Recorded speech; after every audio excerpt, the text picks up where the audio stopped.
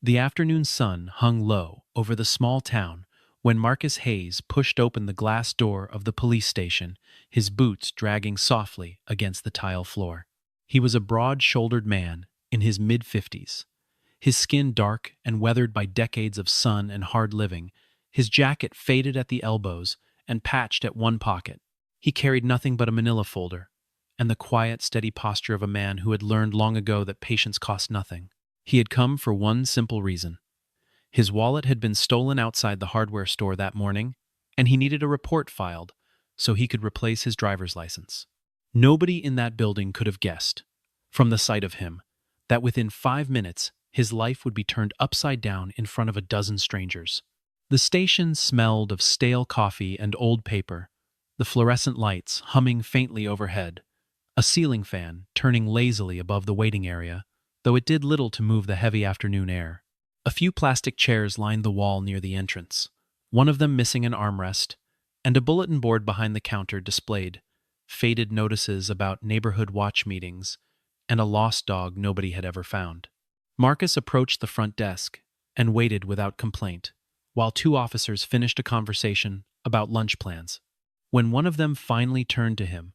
the young officer's eyes swept over his clothing, his scuffed boots, and the rusted Ford pickup truck visible through the window in the parking lot outside. There was a flicker of judgment in that glance, quick and automatic,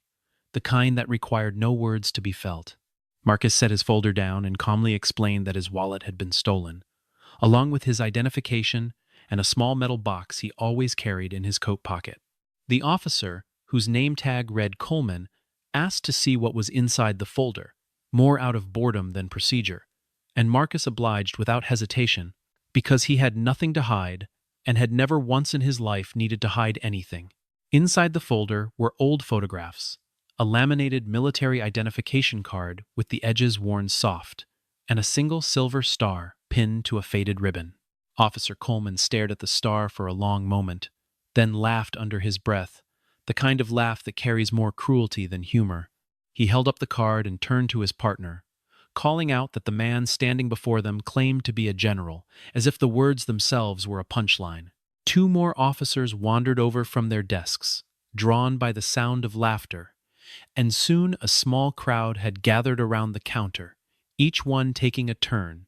to look at the identification card and shake their head. Marcus stood perfectly still through all of it, his jaw set, his eyes calm, saying nothing in his own defense, because he had learned, many years earlier, that dignity does not require an audience to remain intact. Officer Coleman leaned over the counter, still smiling, and said that if Marcus Hayes was really a general, then he himself must be the President of the United States. The other officers chuckled again, and one of them reached out and picked up the metal box, turning it over in his hands, as though it were a child's toy, rather than something a man had carried through war zones and hospital beds and funerals for men who never came home. Marcus finally spoke, his voice low and even, asking only that someone take his report about the stolen wallet so he could be on his way. Nobody answered him directly. Instead, Officer Coleman told him to stay right where he was, because in his professional opinion, wearing military decorations without proper authorization was a federal offense, and impersonating an officer was not something the department took lightly, regardless of how quiet or polite the man standing before them happened to be. Within minutes, two officers stepped around the counter and asked Marcus to place his hands behind his back. He did not resist. He did not raise his voice. He simply turned, exhaled slowly, and allowed the cold metal of the handcuffs to close around his wrists while the small crowd of officers watched, some smirking, some already turning back to their desks as though nothing unusual had happened at all. As he was led toward the back hallway, Marcus glanced once at the folder still lying open on the counter, the silver star catching a thin ray of afternoon light, and something in his expression suggested not fear, but a tired, familiar disappointment, the kind that comes from watching history repeat itself in a uniform he once wore with pride. A few onlookers near the entrance, ordinary citizens waiting to file their own reports, exchanged uneasy glances. One elderly woman shaking her head slowly, as though she had seen this particular scene play out before, in one form or another, more times than she cared to count. Nobody in that waiting room spoke up on his behalf, and Marcus did not expect them to, understanding all too well how quickly a crowd could turn into an audience for someone else's cruelty without ever intending to. The interrogation room was small, painted a dull shade of gray, with a single table bolted to the floor and a camera blinking quietly in the corner. Marcus was seated across from two officers, Coleman and a heavyset sergeant named Dale Pruitt, both of whom seemed convinced they had caught something significant. Pruitt slid a notepad across the table and asked Marcus to explain, in detail, where he had obtained the medal, the identification card, and what he intended to do with them. Marcus answered plainly, stating that the items belonged to him, that he had served for over 30 years, and that the wallet containing his current identification had been stolen that same morning, which was the entire reason he had walked into the station in the first place. Pruitt did not seem to hear him. He leaned back in his chair and remarked that men like Marcus tried this kind of thing more often than people realized, buying costume medals online and wearing them around town for the attention, hoping someone might offer them a free meal or a discount at the hardware store. Officer Sandra Whitfield, a younger officer standing near the door, had already pulled out her phone and begun recording, later claiming it was standard procedure, though nothing about her posture suggested procedure so much as curiosity dressed up as duty. She murmured to another officer that people should not think dressing up like a soldier was a clever way to fool anyone in that building, and a few heads nodded in agreement, as if the matter had already been settled before it had even begun. The camera in the corner blinked its small red light, indifferent to the tension building inside the room, and somewhere down the hallway, a coffee machine gurgled and hissed as another shift began, without ever pausing to consider the man seated quietly under fluorescent light. Pruitt tapped his pen against the notepad, repeating his questions in slightly different phrasing, as though rewording an accusation might somehow make it more true. Marcus remained composed throughout the questioning, answering each accusation with the same unhurried calm, never once raising his voice or shifting in his seat. He did not argue about the medal or the identification card, because he understood that no argument would change minds that had already closed. Instead, he made a single, simple request, one he repeated twice more when it was ignored the first time. He asked to be allowed one telephone call, not to a lawyer, not to a relative, but to a specific number connected to the Department of Defense. Pruitt burst out laughing at that, slapping the table with his palm, and told Marcus that of course he could call the Pentagon, right after he called the moon, and the room filled again with the same mocking laughter that had followed Marcus since the moment he walked through the front doors. Whitfield lowered her phone for a moment, glancing at the older man's face, something in his stillness giving her the faintest flicker of unease, though she pushed the feeling aside just as quickly as it arrived. Pruitt stood and told Marcus that he would be held while they verified his identity through the system, and that if his story turned out to be false, additional charges would be added for wasting police time. Marcus nodded once, folded his hands on the table, and said nothing further, watching the door close behind the officers with an expression that betrayed no anger, only the quiet, patient resignation of a man who had waited out far worse than a locked room and a pair of handcuffs. Through the small wire-reinforced window in the door, he could see the hallway lights flicker faintly, and somewhere beyond that, the muffled sound of officers laughing again, their voices rising and falling in easy conversation, entirely unaware that the ground beneath their small, ordinary afternoon was already beginning to shift. Officer Coleman sat down at his terminal to run the fingerprint check that Pruitt had ordered, expecting the process to take only a minute or two, before confirming that Marcus Hayes was exactly what he appeared to be, a man with no legitimate claim to the rank he had displayed. He entered the print data and waited, drumming his fingers again. Screen returned a single line of red text that made him sit up straighter, but instead of a name and a criminal history, the screen returned a single line of red text that made him sit up straighter. It read simply, "Access denied," followed by a notice that the file was restricted at a level his clearance could not reach. He assumed it was a glitch, some outdated software error the department had been meaning to fix for months, and he ran the search a second time,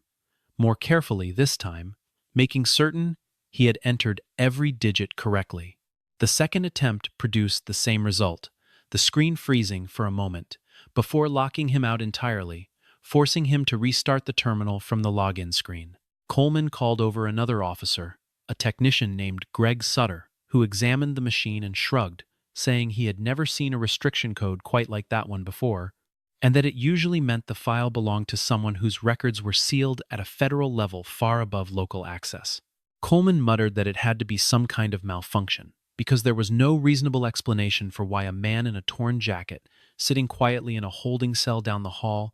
would have a file locked away behind federal security clearance. Marcus sat in that cell without complaint, his hands folded in his lap, his eyes fixed on a small square of light coming through the narrow window near the ceiling. He had spent enough years in briefing rooms and command tents to recognize the particular silence of people who were beginning to sense they had made a mistake, even if they had not yet admitted it to themselves. He did not call out, did not bang on the bars, did not ask again for his phone call. He simply waited, the way he had waited through long nights overseas, trusting that certain systems, once triggered, moved forward on their own schedule, regardless of what any single officer in a small town station believed. At around that same hour, a federal agent named Thomas Riley happened to walk into the station on unrelated business, delivering paperwork connected to a separate investigation his office was running in the county. As he passed the holding area, he glanced through the small window in the door and stopped mid-stride, his eyes narrowing as he studied the man seated calmly inside. Something about the posture, the stillness, the particular way Marcus held his shoulders even while sitting, struck a chord of recognition in Riley's mind, though he could not immediately place where he had seen that bearing before. He turned to ask a passing officer who the man was and why he had been detained, but before he could receive a full answer, Captain Frank Dillon stepped out of his office and instructed everyone to continue standard procedure, insisting there was nothing unusual happening and that the situation was already being handled. Riley had spent enough years in federal service to trust the quiet instinct that told him something was wrong, the same instinct that had once flagged a forged signature buried inside a stack of otherwise ordinary documents, and he found himself glancing back over his shoulder twice more before he reached the front doors. There was a particular stillness in the way the man in the cell had been sitting, spine straight, hands folded, eyes fixed calmly on some middle distance, that reminded Riley of officers he had once briefed early in his own career, men who carried themselves as though every room they entered was still, in some small way, a command post. He told himself it was probably nothing, a coincidence born of a long day and an overactive imagination, but the feeling lingered all the same. Riley hesitated, his instincts telling him that something did not add up, but he had a schedule to keep, and no formal authority in that particular case, so he continued down the hallway to deliver his paperwork, promising himself he would ask more questions if the opportunity arose again. Meanwhile, in the small office at the rear of the building, Captain Dillon stood staring at his own computer screen, having personally attempted to override the fingerprint lockout, only to receive the same red warning that had stopped Coleman twice already. He rubbed the back of his neck, told himself it was nothing more than an aging system overdue for replacement, and ordered that Marcus remain in custody until someone from the county office could come by in the morning to sort out the paperwork properly. By early evening, Marcus asked once more for his telephone call, and this time, worn down by the accumulating strangeness of the afternoon, Captain Dillon reluctantly agreed, if only to prove to himself that nothing would come of it. He led Marcus to a small phone in the hallway and stood close by, arms crossed, expecting to hear a rambling excuse or a call to some relative who would beg for his release. Instead, Marcus dialed a number he clearly knew by memory, waited 3 rings, and spoke 6 words in a tone that was suddenly sharper and more precise than anything the officers had heard from him all day. He identified himself by name and rank, then recited a short sequence of letters and numbers, calling it authentication code Delta 7, before falling silent and listening. On the other end of the line, a young operator at a secure desk hundreds of miles away froze at the sound of that code, immediately placing the call on hold and alerting a duty officer without explanation. Captain Dillon, still watching, saw nothing but silence stretch on for nearly a full minute, And it was that silence, more than anything spoken aloud, that first planted a genuine seed of doubt in his chest. Marcus hung up the phone, without another word, thanked the captain quietly, and allowed himself to be led back to the holding cell, his expression unreadable, as though he already knew precisely what was coming next, and felt no need to hurry it along. Barely 10 minutes later, the department's secure line, an old red telephone that sat untouched in Captain Dillon's office for months at a time, began to ring with a sharp, insistent tone that made every officer within earshot go quiet. Dillon answered it himself, and a composed, unfamiliar voice on the other end asked to confirm his identity before requesting immediate confirmation that a man named Marcus Hayes was currently being held at that station. Dillon confirmed it, his voice betraying the smallest tremor, and the caller instructed him, in a tone that allowed no argument, to release Marcus Hayes from custody at once, and to make no further inquiries into his identification until additional instructions arrived. Dillon, still clinging to his authority, asked who exactly was giving him orders inside his own precinct, and the voice on the line answered plainly that this was the Pentagon, and that a colonel would be calling back shortly to explain the situation more fully. Dillon set the receiver down slowly, his hand not quite steady, and for a long moment he simply stared at the old red phone, as though it might ring again and take back everything it had just said. Word of the call spread through the building faster than any official announcement could have managed. Officers pausing mid-conversation, glancing toward the holding cells, murmuring questions that nobody could yet answer. Somewhere beneath the disbelief and the mounting unease, a quieter thought had begun to take root in more than one mind. The uncomfortable possibility that the tired man in the faded jacket, the one they had mocked and cuffed and laughed at only hours earlier, might be exactly who he claimed to be all along. Barely had Captain Dillon set the receiver down when the red telephone rang again, and this time the voice on the other end was ice cold, carrying the unmistakable weight of absolute authority. The caller did not raise his volume, did not need to, and simply stated that General Marcus Hayes was to be released immediately and treated with the full respect his rank demanded, effective the moment those words left his mouth. Dillon, still clinging to a shred of stubborn pride, asked the caller to identify himself and offer some proof that this was not an elaborate prank being played on his department.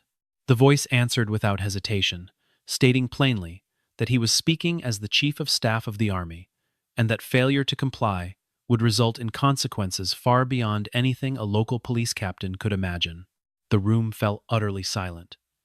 Officers who had been whispering near the front desk stopped mid-sentence,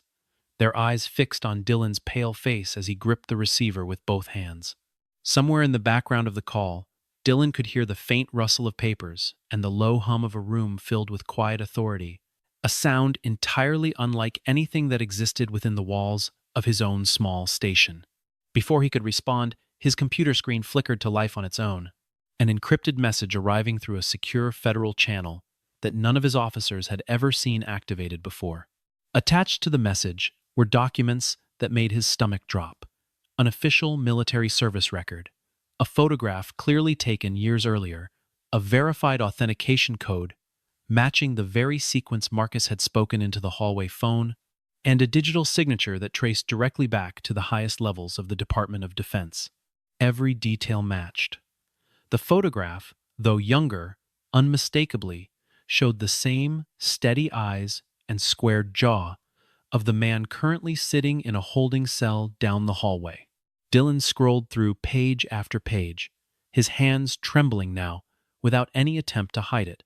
reading citations for valor, records of classified deployments, and a service history stretching back more than 3 decades. Officer Coleman, standing just behind him, leaned in to read over his shoulder and felt the blood drain from his own face as the reality of what they had done settled over him like a physical weight. Somewhere down the hallway, Marcus Hayes sat exactly as he had all day, calm, unmoving, waiting with the patience of a man who understood that truth, once set into motion, rarely needed to be rushed. Years earlier, in briefing rooms lit only by the glow of tactical maps, Marcus Hayes had been known by a different kind of reputation entirely. One built not on medals displayed for others to see, but on decisions made under pressure that few people would ever fully understand. He had commanded operations in regions where mistakes cost lives instantly, and mercy had to be measured against impossible odds, leading units through missions that remained classified decades after they concluded. Soldiers who served beneath him spoke of him rarely, and only among themselves, describing a commander who insisted on walking point himself rather than sending younger men ahead, who carried wounded soldiers on his own back through terrain that swallowed lesser men whole, and who had personally coordinated the rescue of more than 200 captured soldiers during an operation that still, to this day, remained too sensitive for public record. Those who served under him remembered small details more than grand speeches. The way he checked on wounded soldiers personally before allowing himself any rest. The way he learned the names of every recruit within a week of taking command, and the way he never once raised his voice, even in the worst moments of combat, believing that panic spread faster than any enemy fire, and that calm, steady leadership saved more lives than bravado ever could. For those actions, and others like them, Marcus had been awarded the nation's highest military honors, decorations that most soldiers only read about in history books, yet he had never once displayed them publicly, never spoken of them at dinner parties, or used them to open doors that might otherwise have remained closed.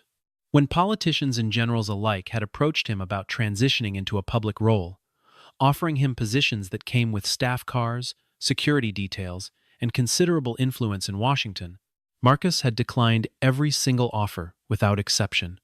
He told the few people who asked that he had spent his career serving quietly, and he intended to end it the same way, without cameras, without applause, and without the trappings of power that so often corrupted the very ideals soldiers were meant to protect in the first place. When he finally retired, Marcus chose to disappear into an ordinary life with a deliberateness that surprised even those who thought they understood him. He moved to a modest house on the edge of a small town, bought a used pickup truck instead of anything newer, and began keeping mostly to himself, working occasionally on small repair jobs for neighbors and tending a garden behind his house that had become, over the years, something of a quiet source of pride. He carried no bodyguards, employed no drivers, and lived in no grand residence befitting the rank he had earned. He wanted, more than anything else, to be seen simply as a man, judged not by stars on a shoulder, but by the ordinary decency of ordinary days. And for years, that was precisely how the town had known him, though few had ever truly known him at all. His neighbors knew him as the quiet man who fixed a fence without being asked, who helped push a stalled car out of the rain one winter evening without ever mentioning his name, and who sat alone most Sunday mornings on his porch with a cup of black coffee, watching the sun rise over rooftops that had never once asked him who he used to be. Back at the station, Captain Dillon stood frozen in front of his monitor, the confirmed document still glowing on the screen before him, and for the first time all day, he felt something close to genuine fear settle into his chest. His mind raced backward through every moment of the afternoon, the laughter at the front desk, the handcuffs closing around a decorated general's wrists, the mocking questions in the interrogation room, and he understood with sudden, sickening clarity that none of it could be undone. Around him, the station had gone eerily quiet, officers standing in small clusters near their desks, whispering with the particular tension of people who suspected their careers had just taken a turn none of them could control. Somewhere behind him, a radio crackled with a routine dispatch call about a broken taillight,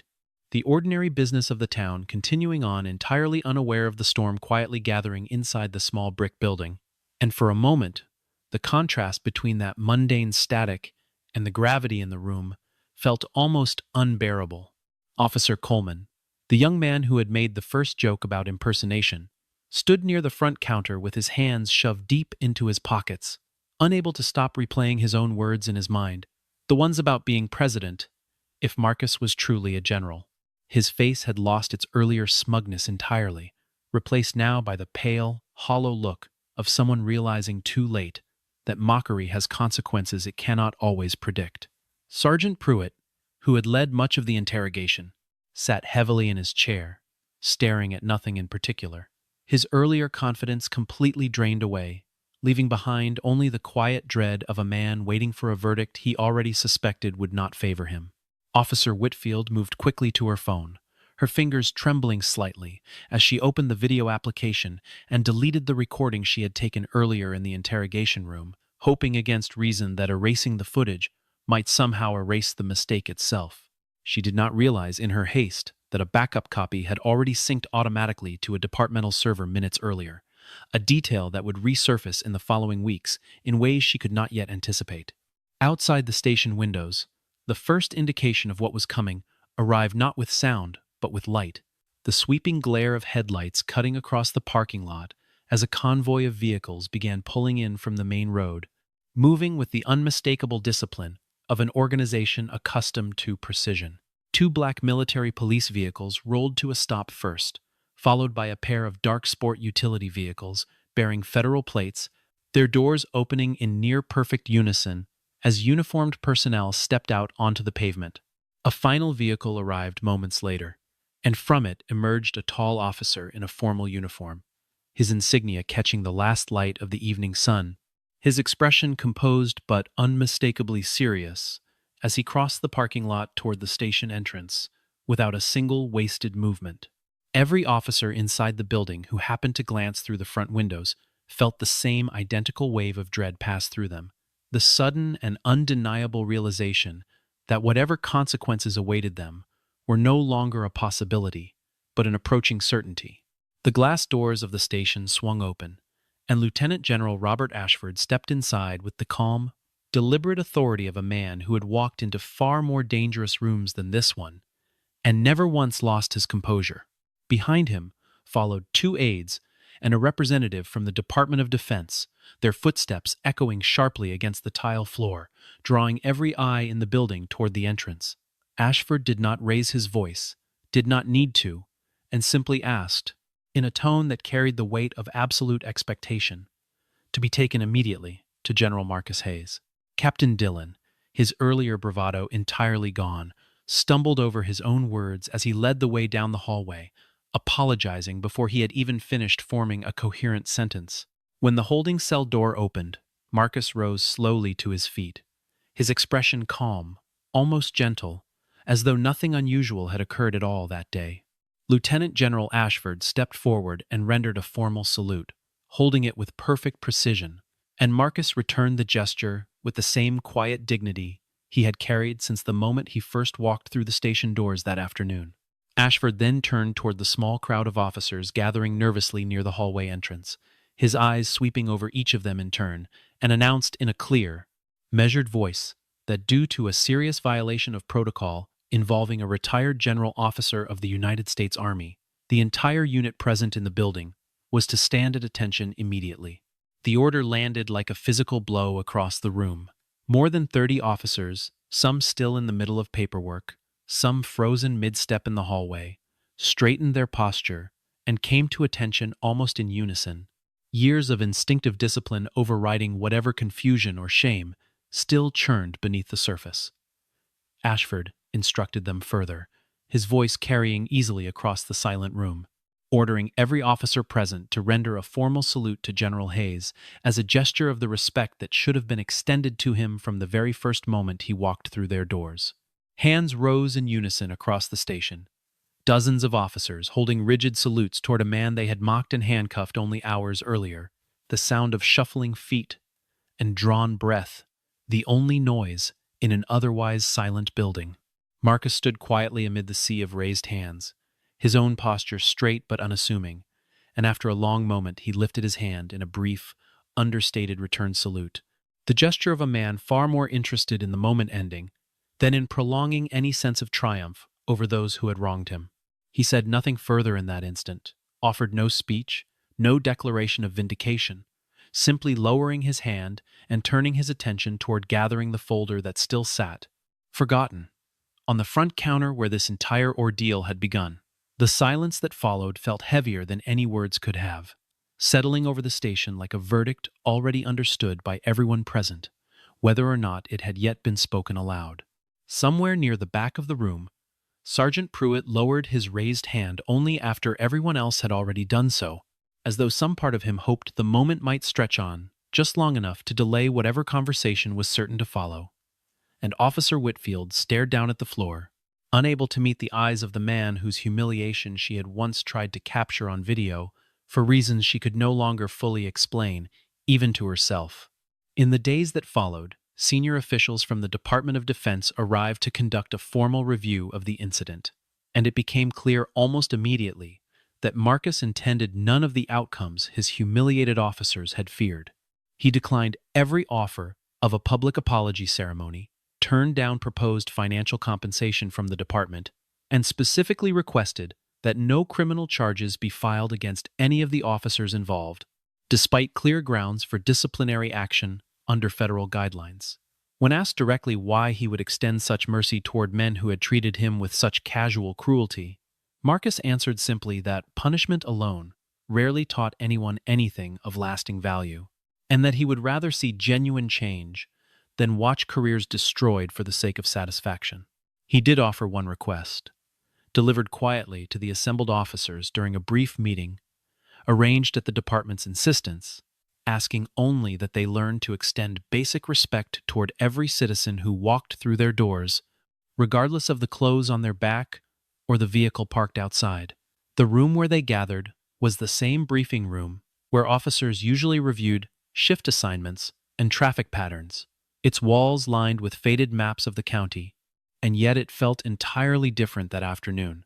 charged with a solemnity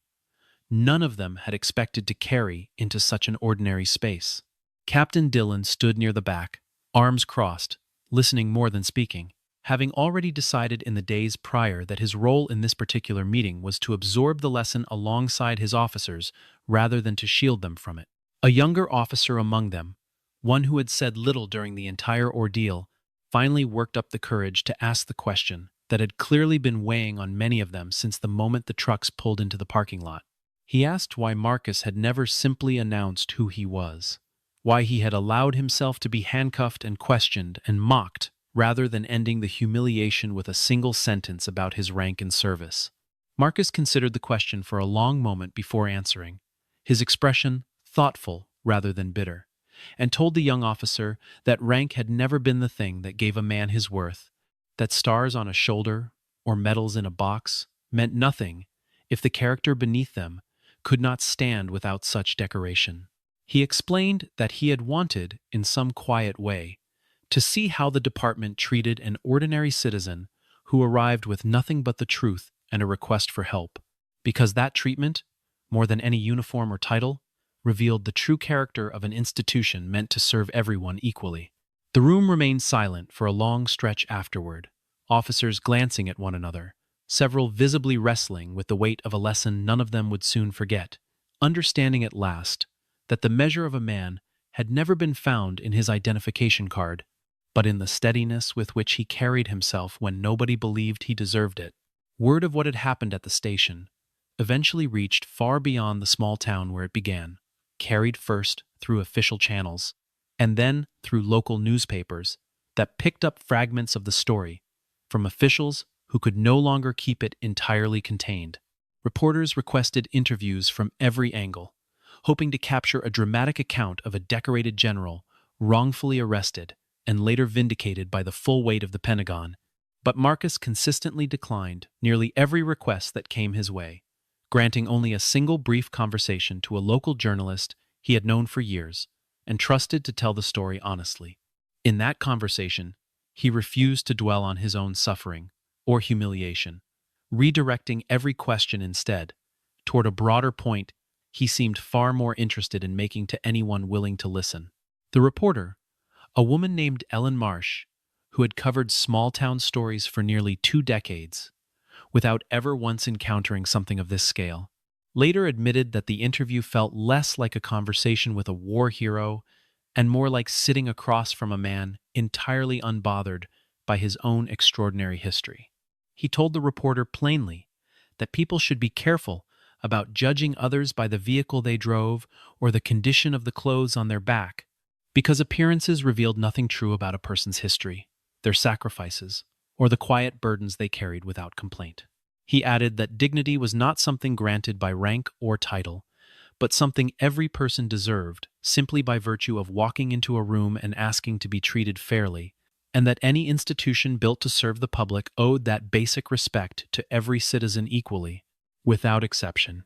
The station itself, under considerable pressure from both federal oversight and the quiet moral weight of what had occurred,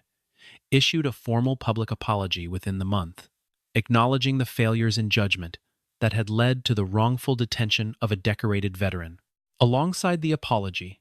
the department announced a series of mandatory retraining sessions focused on bias, procedure, and the treatment of citizens, regardless of appearance or circumstance, along with new internal protocols requiring far greater caution before detaining any individual on suspicion alone. Captain Dillon, who bore the heaviest weight of responsibility among all who had been present that day, chose not to wait for a formal reprimand, and instead stepped forward publicly to accept full accountability for the failures under his command, a decision that, in the eyes of many who had once doubted him, restored at least some small measure of the respect his department had lost. Marcus, for his part, never asked for any of it,